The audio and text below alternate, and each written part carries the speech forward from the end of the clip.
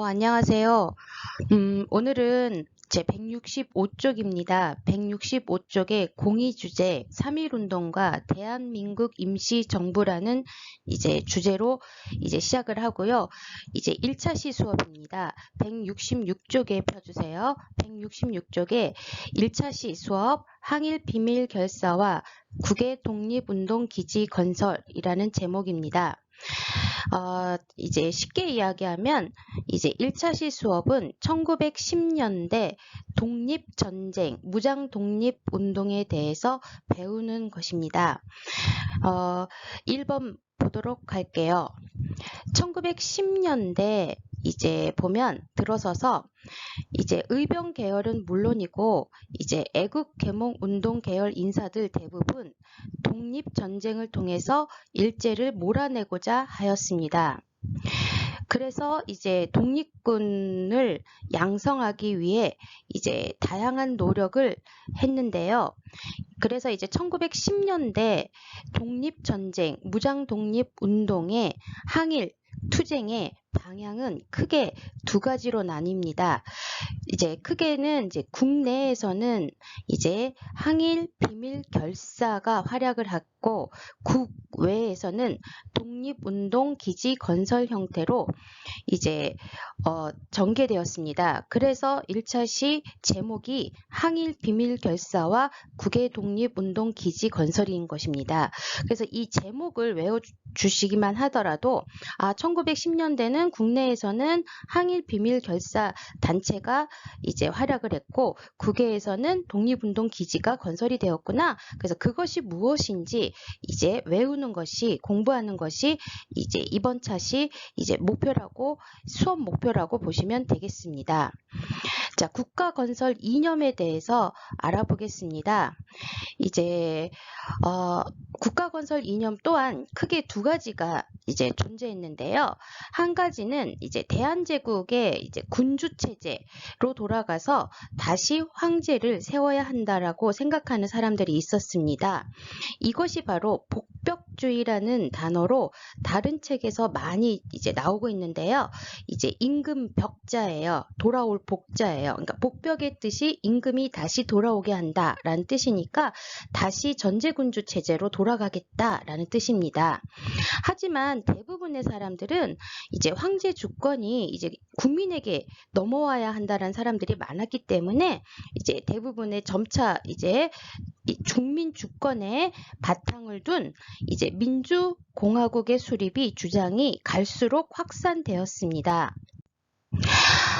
일본에서 1910년대 민족운동의 방향이 크게 국내에서는 항일 비밀 결사, 국외에서는 독립운동 기지 형태 건설, 아니 독립운동 기지 건설 형태로 전개되었다라는 것을 1번에서 확인하였습니다.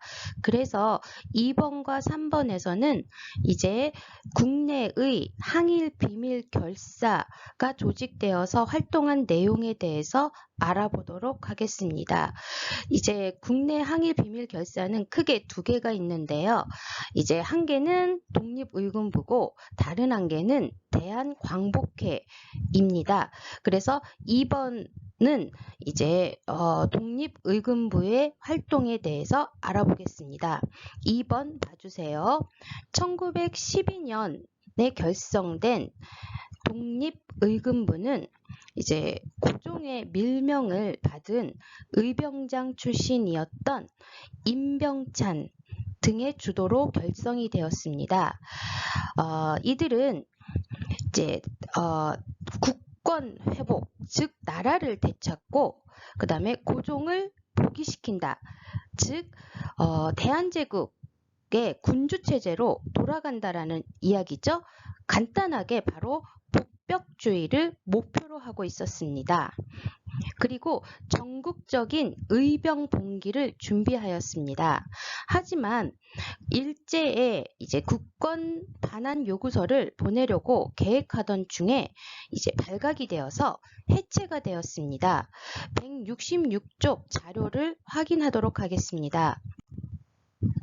166쪽 맨 위에 있는 성명의 선언서 자료를 확인하겠습니다. 한국인은 세계 속에서 대한국의 이름을 간직하고 한국인이라는 지위를 계속 지켜가기로 다짐하였습니다. 자유에 이를 때까지 무기를 들고 일본과 투쟁할 것을 각오하였습니다. 한국인을 옹호해 주십시오. 한국인은 자유를 위해 죽을 각오가 되어 있습니다. 라는 내용입니다. 이 내용은 이제 1910년에 이제 8월 23일 이제 우리가 1910년 이제 1910년에 이제 한일 병합이라고 그래서 이제 일제가 우리 한국을 강점해서 우리가 식민지로 이제 전락했잖아요. 이제 그때 이제 1910년 8월 23일 일제의 국권 강탈이 임박했을 때 이제 지역이 중요합니다. 연해주의 블라디보스토크에서 발표된 선언서입니다. 그리고 8천여 명의 애국지사가 서명한 이 선언서는 한국인의 결사투쟁 각오를 밝히면서 열강들에게 한국인의 투쟁을 지지할 것을 호소하고 있다라고 했는데요. 오른쪽에 사진이 나와 있습니다.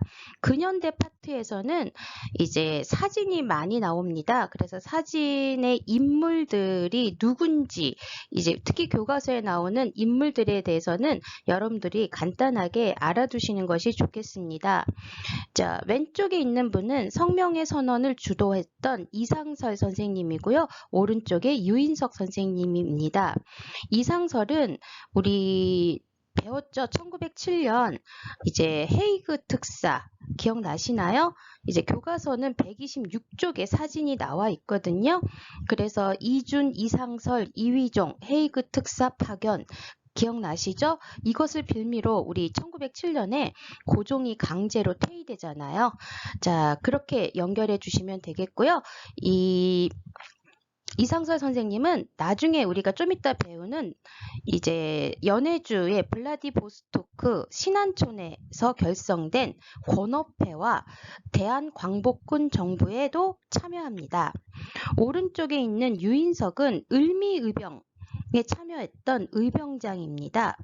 1907년에 연해주로 망명했고요. 이항로의 제자로 위정척사론자입니다. 166쪽 왼쪽 그 아래에 보면 임병찬 선생님이 나와 있습니다. 독립의분부 하면 고종의 밀명, 임병찬, 복벽주의 이렇게 외우라고 했잖아요. 임병찬 선생님은 이제 1905년 을사의병 때 최익현과 함께 의병을 일으켰습니다. 그리고 함께 쓰시마 섬에 유배되었죠. 거기에서 최익현 선생님은 이제 일제가 주는 이제 겉을 물 한 모금도 먹지 않겠다라고 하면서 거기에서 순국하시고요. 그리고 이제 이 임병찬 선생님은 그 유배되었다가 다시 돌아옵니다. 이후에 바로 고종의 밀지를 받아서 이제 1912년에 독립의금부를 조직합니다.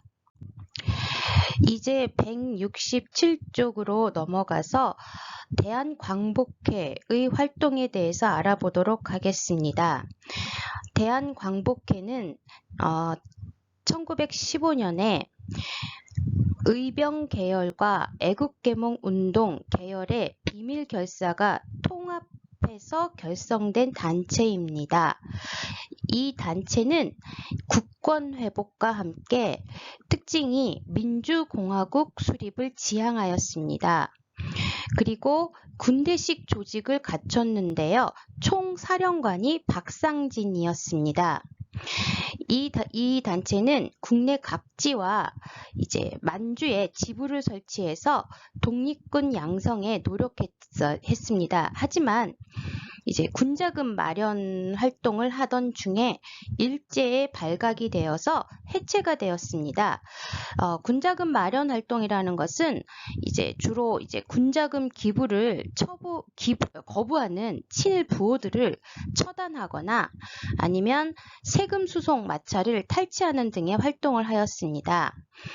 167쪽에 관련된 자료가 나와 있습니다. 우선 첫 번째가 사진에 나와 있는 대한광복회 쪽에 총사령관 박상진 나와 있죠? 동그라미 쳐주시고요. 그 위에 이제 대한광복회 강령이 나와 있습니다. 이제 첫 번째 1조 보시면 부의 의연금 및 일본인이 불법 징수하는 세금을 압수하여 무장을 준비한다. 2조 남북 만주에 군관학교를 세워 독립전사를 양성한다. 라고 되어 있죠. 그 아래 이제 3조 7조는 여러분들이 읽어보시기 바랍니다. 이렇게 이제 1915년에 결성된 대한광복회 강령을 통해서 이제 독립전쟁을 통해서 국권 회복을 추구하는 모습을 알 수가 있습니다. 그래서 여러분들이 이제 1910년대 국내의 항일 비밀 결사 단체 하면 두 개, 독립의금부와 대한광복회 두 개를 외워주시고요. 특징을 비교하셔야 됩니다. 독립의금부 하면 복벽주의, 대한광복회 하면 민주공화국, 약 다르죠, 성격이 전혀. 그리고 독립의금부 하면 고종의 밀명을 받은 임병찬 등의 주도로 결성이 되었고, 이제 대한광복회는 특징이 이제 군대식 조직을 갖추었는데 그 총사령관이 박상진이다. 그리고 군자금 마련 활동을 하였다. 이런 특징들을 비교해서 공부해 주시기 바랍니다. 이제 4번 이제 마지막 의병장에 대해서 알아보도록 하겠습니다. 규모는 줄었지만 의병부대의 저항도 계속되었는데요. 마지막 의병장이라고 불리었던 최응원의 의병부대는 1915년까지 이제 서북 지방을 부대로 항전하였습니다. 여기서 마지막 의병장 이라고 불리는 최응원은 이제 다른 교과서에서는 사진도 나와 있거든요. 그러니까 여러분들이 이제 최응원 쳐서 사진도 확인해 주셨으면 좋겠습니다. 최응원은 1907년 정미의병 때부터 활약했고요. 특징은 아까 얘기했듯이 마지막 의병장이라고 불리고 있습니다. 1915년에 체포되어서 사형을 당하였습니다.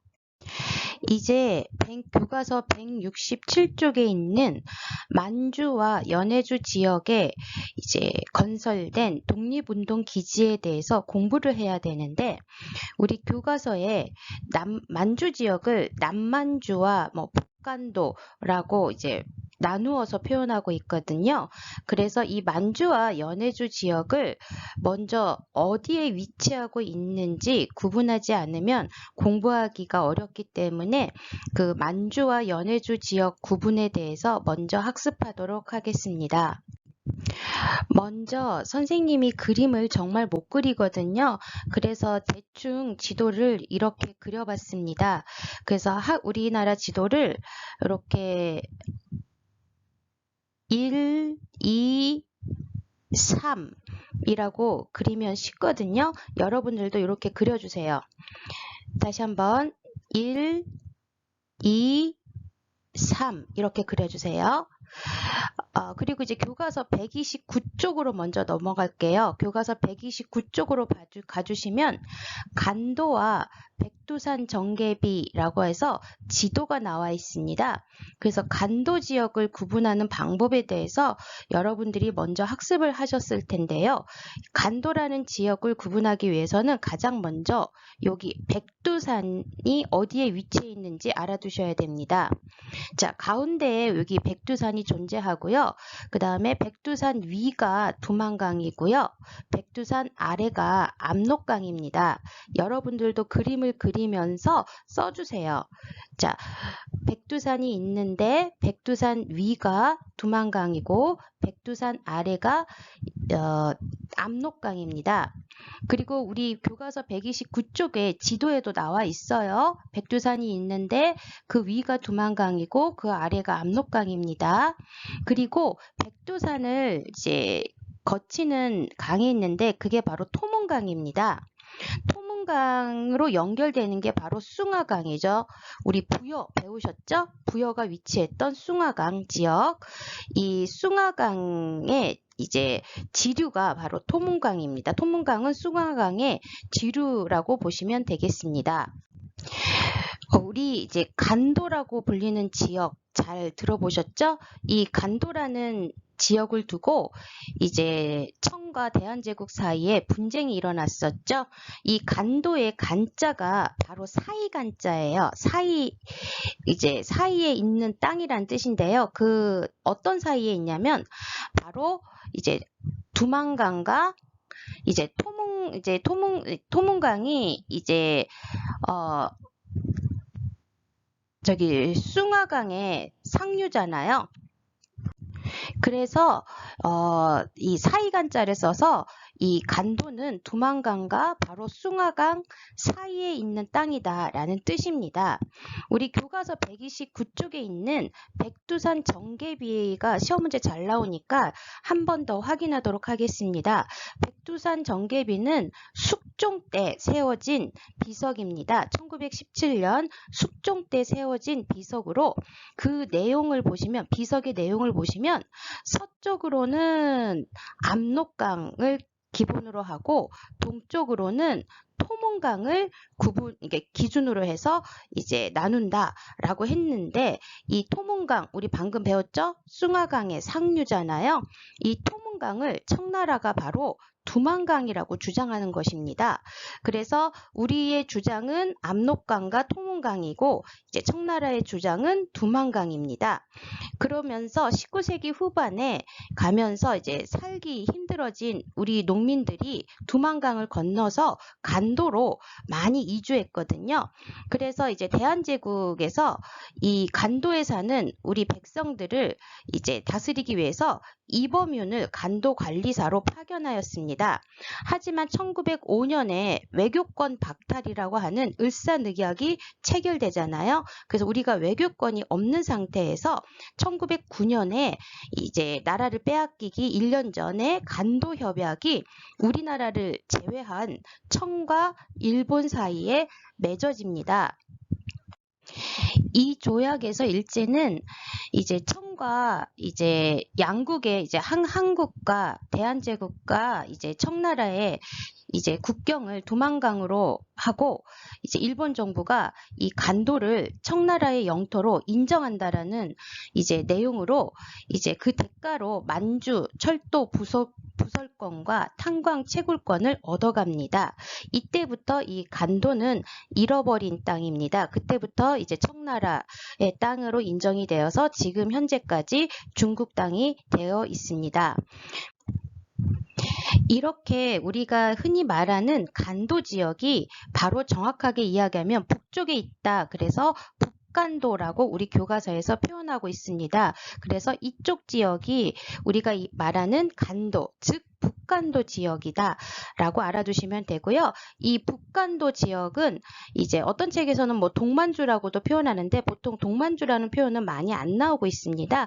그래서 여러분들은 북간도, 간도 같이 외워주시기 바랍니다. 그리고 이 지역 안에 바로 우리가 잘 아는 연길 지역과 용정 지역이 들어가 있습니다.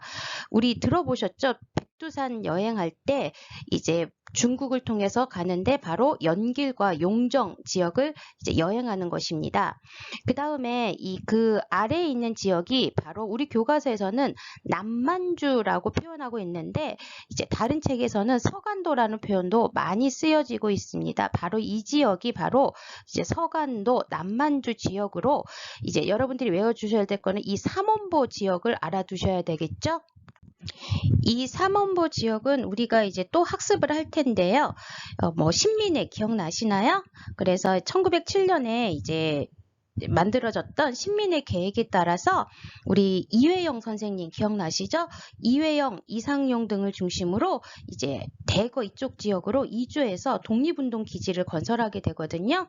바로 이곳에 이제 신흥강습소가 설립이 되어서 민족교육과 이제 군사교육을 실시하고요. 이것이 바로 우리가 잘 알고 있는 이제 신흥무관학교로 발전해서 독립군 사관을 양성하게 됩니다.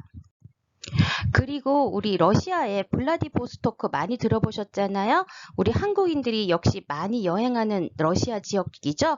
이 블라디보스토크가 있는 것이 바로 연해주 지역입니다. 그래서 이 연해주 지역이 바로 이 위쪽이다. 바로 블라디보스토크가 이제 있는 곳이다 라고 이제 구분해 주시면 되겠습니다. 이렇게 이제 연길과 용정이 있는 북간도 지역과 삼원보가 있는 서간도, 즉 남만주 지역과 블라디보스토크가 있는 연해주 지역, 이렇게 크게 세 개로 나누어 주신 다음, 이제 다음에 이제 북간도 지역에 설치된 이제 독립운동 기지에 관련된 내용과 이제 서간도 남만주에 설치된 독립운동 기지, 연해주 지역에 설치된 이제 독립운동 이제 기지에 대해서 이제 수업하도록 하겠습니다. 교과서 167쪽에 나와 있는 만주 연해주 지역에 독립운동 기지를 건설하다 라는 내용에 대해서 학습하도록 하겠습니다. 일제의 한국 강점 전후로 우리의 애국지사들이 이제 지리적으로 가까웠던 만주와 연해주 지역 일대에 이제 망명하여 이제 독립운동 기지를 건설해서 독립전쟁을 준비하였고요. 그곳에 자치단체를 만들어서 독립군을 양성하고 학교를 세워서 민족교육을 실시하였습니다. 우리가 앞에서 이제 만주 연해주 지역을 이제 북간도 지역과 서간도 지역과 연해주 지역으로 구분했잖아요. 그래서 이 세 개의 지역에 대해서 이제 공부해 보도록 하겠습니다. 1번을 봐주세요. 1번은 북간도 지역입니다. 이 북간도 지역은 이제 연길과 용정이 위치해 있는 지역으로 이제 여기에 수많은 이제 한인촌이 건설이 되어서 지역 전체가 독립운동 기지나 마찬가지였습니다.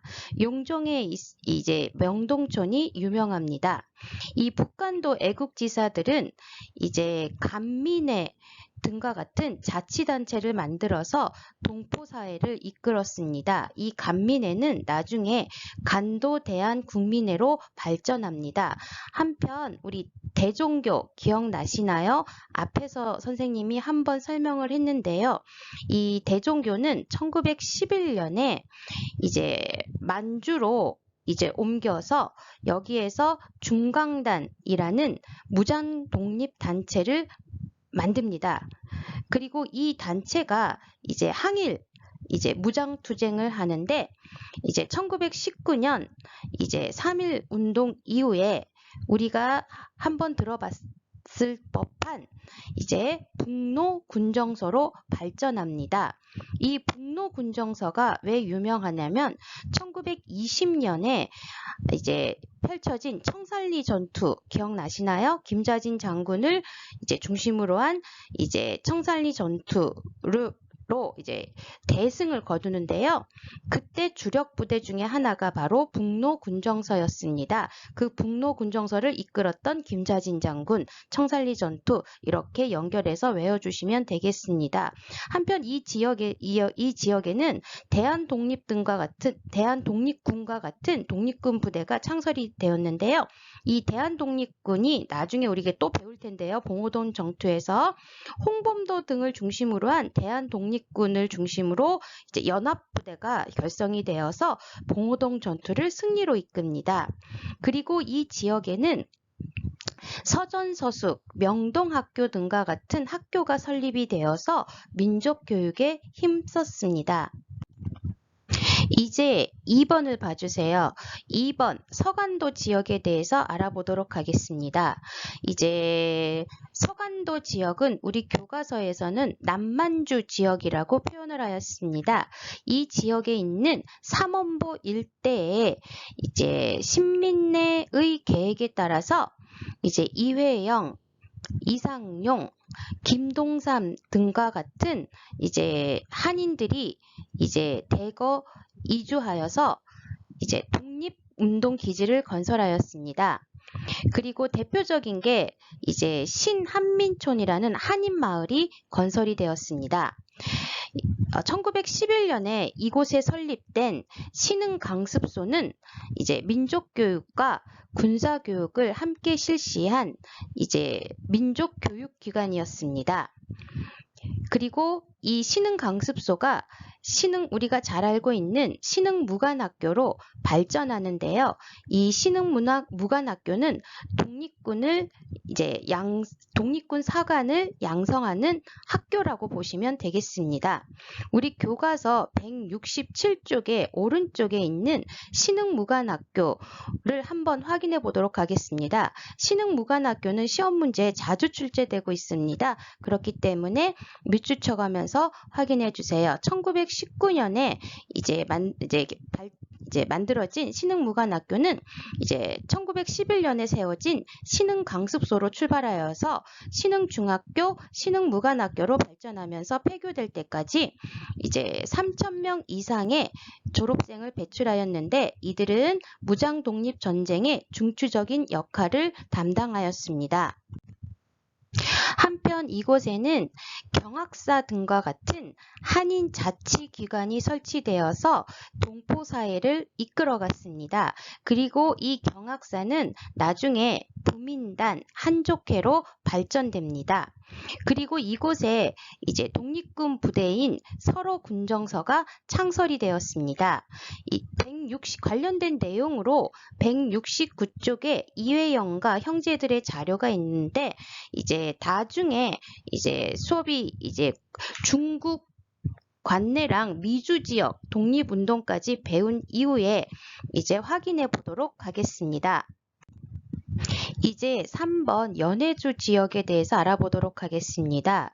연해주 지역은 국외 항일 의병의 중심지 지역으로 여기에는 블라디보스토크가 있습니다. 이 블라디보스토크를 중심으로 신안촌이 건설이 됩니다. 그리고 자치단체인 권업회가 1911년에 조직이 됩니다. 권업회 하면 연해주 이렇게 연결해서 외워주시면 좋겠습니다.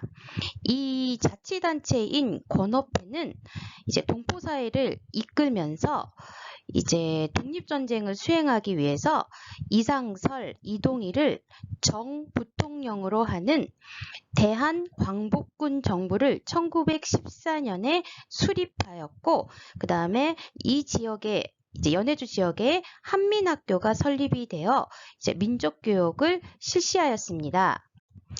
대한광복군 정부에 대해서 조금 설명을 하자면 우선 우리 전에 국내 항일 비밀 결사 단체였던 대한광복회 기억나시나요? 한 글자 차이예요. 국내에 있었던 대표적인 항일 비밀 결사 단체 중 하나가 바로 대한광복회 1915년에 결성된 대한광복회 회자가 다르잖아요. 그 대한광복회와 이 연해주 지역에서 결성되었던 대한광복군 정부 그래서 군자가 또 다르잖아요. 대한광복군 정부와 대한광복회를 혼동하지 마셔야 합니다. 그리고 이 대한광복군 정부는 1904년에 우리 러일전쟁이 일어났었잖아요. 그래서 1914년이면 러일전쟁 10주년입니다. 그래서 이 1914년에 러일전쟁 10주년을 맞아서 러시아인들의 반일 감정이 높아지잖아요. 그래서 이 연해주 지역에 있었던 자치단체인 권업회가 무장투쟁을 본격적으로 전개할 목적으로 수립한 정부입니다. 하지만 제1차 세계대전이 1914년에 일어나잖아요. 그래서 1차 세계대전 하면 1914년부터 18년까지 일어나는 전쟁인데 이 제1차 세계대전이 발발하고 나면서 러시아랑 일본이 함께 연합국에 가담하면서 이 대한광복군 정부의 활동은 커다란 성과를 거두지는 못합니다. 이제 이동희 선생님에 대해서 잠깐 설명을 하자면 이동희 선생님 하면 러시아의 혁명에 영향을 받은 사회주의 계열의 민족운동가였습니다. 그래서 사회주의 계열이라는 것을 연결시켜서 공부를 하시면 역사 공부하는데 큰 도움이 됩니다. 나중에 이 이동희 선생님은 대한민국 임시정부 기억나시죠? 그 임시정부의 국무총리로 활약을 하시는데요. 이 대한민국 임시정부가 외교 활동으로 이제 주력하면서 그 외교 활동의 결과로 소련의 레닌으로부터 이제 독립운동 자금을 지원받는데 그때 큰 역할을 했던 분이 바로 이 사회주의 계열이었던 이동희 선생님이었습니다. 이렇게 이제 만주 연해주 지역의 독립운동 기지 건설에 대한 내용을 이제 북간도, 서간도, 연해주 지역으로 나누어서 이제 각각 이제 비교하셔서 공부하시면 좋겠습니다.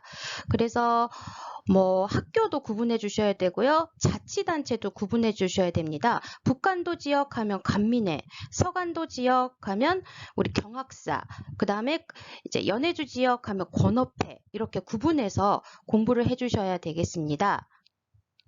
그리고 북간도 지역 하면 대종교의 중강단, 그것이 북로군정서, 그것이 청산리 전투, 이렇게 연결된 게 이제 공부를 해주시면 되고요. 이제 학교도 사실은 구분해서 이제 깊이 공부하시려면 학교도 구분해서 공부해 주셔야 됩니다. 그리고 서간도 지역 하면 우리 삼원보 외워주셔야 되고, 신민회, 이회영, 신흥강습소, 신흥무관학교 이렇게 연결해서 공부해 주시면 되겠죠. 그리고 연해주 지역 하면 우리 대한광복군 정부가 있었다. 그 대한광복군 정부는 대한광복회와 구분해야 된다. 이렇게 구분해줘서 이제 공부해 주시면 좋겠고요. 167쪽에 있는 지도가 나와 있습니다. 별표 크게 쳐주세요. 1910년대 만주 연해주 지역의 독립운동기지 해갖고 우리가 지금 배운 내용들이 이제 간단하게 정말 보기 좋게 정리되어 있거든요. 그래서 이 지도도 각종 역사 시험에서 자주 이제 출제되는 내용입니다. 그래서 이제 지도를 통해서 다시 한번 총정리해 보도록 하겠습니다.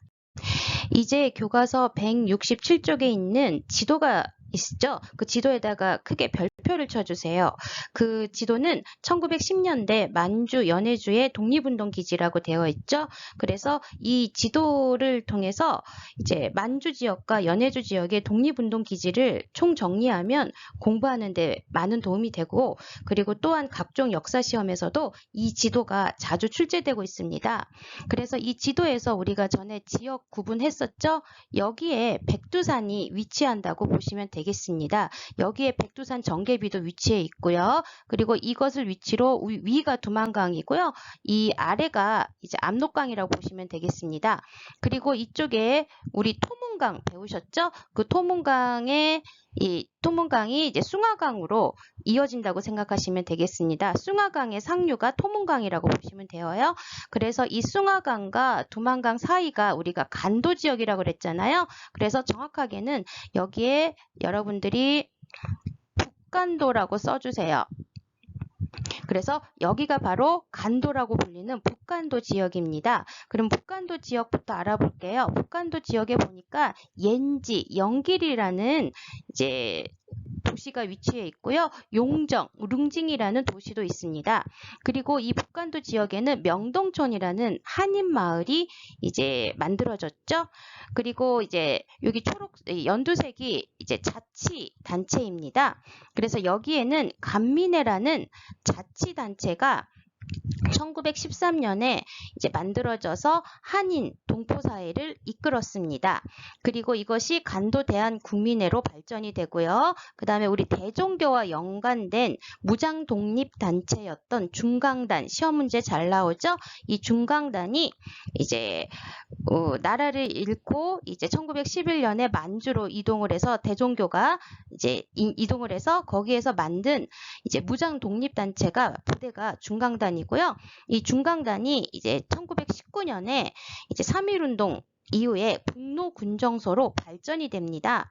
그리고 이 북로군정서를 중심으로 1920년에 이제 김좌진 장군의 청산리 전투가 대승을 거두게 되는 것입니다.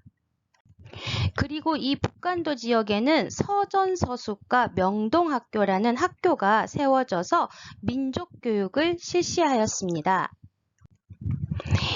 이제 남만주 서간도 지역으로 넘어갈게요. 여기다가 여러분들은 이제 서간도 또는 우리 교과서에서는 남만주 라고 되어 있죠? 이렇게 써주시고요. 이제 이 남만주 하면 삼원보 일대, 삼원보라는 지역을 알아두시면 좋겠습니다. 그래서 이 삼원보 일대에 신민의 계획에 따라서 이회영, 이상용 등을 중심으로 우리 한국인들이 대거 이주해서 독립운동 기지를 건설하였죠. 그래서 신한민촌이라는 한인마을이 건설이 되었고요. 그리고 경학사라는 자치단체가 이제 만들어져서 우리 한인 동포사회를 이끌었습니다. 그리고 이 경학사는 부민단 한족회로 발전을 하고요. 그 다음에 이 서간도 지역에 바로 이제 서로군정서라는 독립 부대도 만들어집니다. 그리고 중요한 게 바로 이 신흥강습소죠. 그래서 이 신흥강습소가 1911년에 이제 만들어져서 이것이 바로 시험 문제 잘 나오는 신흥무관학교로 발전이 됩니다. 그래서 신흥무관학교는 워낙 시험 문제 잘 출제되고 있으니까 여러분들이 꼭 외워달라고 했었죠. 신흥무관학교 하면 독립군 사관양성학교 이렇게 외워주시면 좋겠습니다.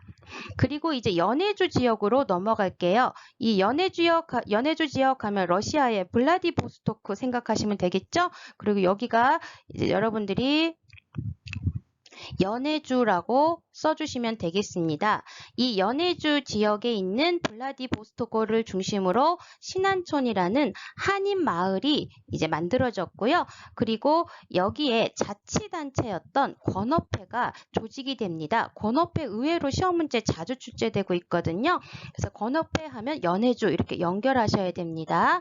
이 권업회가 이 독립전쟁을 효과적으로 수행하기 위해서 이상설과 이동희를 정부통령으로 하는 대한광복군 정부를 1914년에 조직합니다.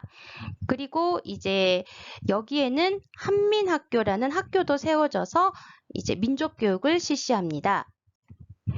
그리고 한흥동이라는 마을, 한인 마을이 이제 뭐 밀산 지역에도 만들어지는데요. 이 밀산 지역은 나중에 우리가 1920년대 무장 독립 전쟁을 배울 때 이제 밀산 지역이 나옵니다. 이 밀산 지역은 소련과 만주의 접경 지역이고요. 우리가 1920년대 독립군 활동에서 우리 동호동 전투 우리 청산리 전투 기억나시죠? 그 이후에 이제 간도참변이 일어나서 이제 쫓기는 이제 그 독립군 부대가 바로 이 밀산 지역으로 이제 모여서 대한독립군단이라는 이제 조직을 만드는데요.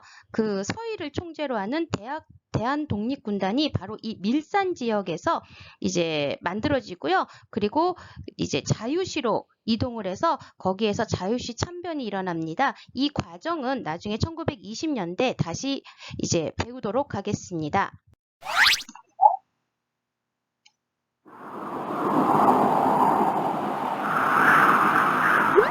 8월 초에 여러 형제분이 모여서 같이 만주로 갈 준비를 하였다. 비밀리에 땅과 집을 파는데 여러 집을 한꺼번에 처분하니 얼마나 어려우리요. 남편 이회영은 옛날 범절을 따지지 않고 위아래 구분 없이 뜻만 같으면 악수하여 동지로 대접하였다. 1만여 석의 재산과 가옥을 모두 팔고 경술년 1910년 12월 30일에 큰 집 작은 집이 함께 압록강을 건너 떠났다. 이은숙, 민족운동가 아내의 수기, 서간도 시종기. 이회영 형제들이 만주로 망명하면서 처분한 전 재산은 오늘날의 가치로 최소 600억 원에서 수천억 원에 이를 것이라고 합니다. 이들은 이를 바탕으로 남만주 유화연의 삼원도에 신안 민촌을 건설하고 신흥 강습소를 만들어 무료로 운영하면서 민족 교육과 독립군 양성을 추진하였습니다. 척박한 땅을 손수 일구어 논밭을 만들었지만 때로는 양식이 떨어져 끼니를 걱정해야 할 정도였죠. 오로지 독립운동에 전념하다 보니 이회영 일가가 겪은 희생과 고초는 이루 말할 수 없었습니다. 이회영 자신은 일본 경찰에 체포되어 고문을 받다가 숨졌고 그 형제들은 궁핍한 생활을 하다가 대부분 병사하거나 일가족이 몰살당하기도 하였죠. 6형제 중 유일하게 5째인 이시영만이 대한민국 임시정부의 국무위원으로 활동하다가 광복 후 초대 부통령을 역임하였습니다. 많은 애국지사가 있지만 이회영 형제들처럼 온 집안이 전 재산을 쏟아부어 독립운동에 투신한 경우는 흔치 않습니다. 더욱이 이 집안은 당대 최고의 명문가이자 갑부였고 마음만 먹으면 얼마든지 고국에서 부귀영화를 누릴 수 있었습니다. 하지만 조국의 독립을 위해 안락한 삶을 포기하고 고난의 가시밭길을 걸어갔죠. 그리하여 우리 역사에서 노블레스 오블리주의 귀감으로 우뚝 섰습니다.